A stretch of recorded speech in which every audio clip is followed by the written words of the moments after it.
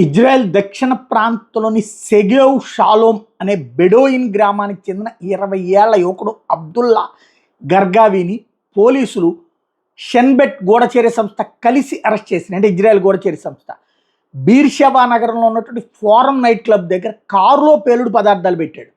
చాలామంది ఉన్న సమయంలో రిమోట్తో పేల్చాలని వెయిట్ చేస్తున్నాడు. ఆన్లైన్లో ఐసిస్ ప్రచారం చూసి ప్రభావితమైనోడు వీడు. సిరియాలో ఉగ్రవాద సంస్థలో చేరాలని కూడా ఆలోచించాడు. విదేశాల్లో ఉన్నటువంటి ఐసిస్ మద్దతుదారుతో సంప్రదింపులు కూడా జరిపాడు. వీడిని ఇన్వెస్టిగేట్ చేస్తే తేలింది అది. యూట్యూబ్లో చూసి పేలుడు పదార్థాలు తయారు చేసే విధానాలు కూడా నేర్చుకుని స్వయంగా ప్రయత్నించాడు. జూలై 19న అరెస్ట్ అయిన వీడి మీదన ఈరోజు బీర్షెబా కోర్టులో కేసు నమోదు చేశారు. వీడి దగ్గర చట్టవిరుద్ధమైన ఆయుధాలు కూడా బయటపడ్డాయి.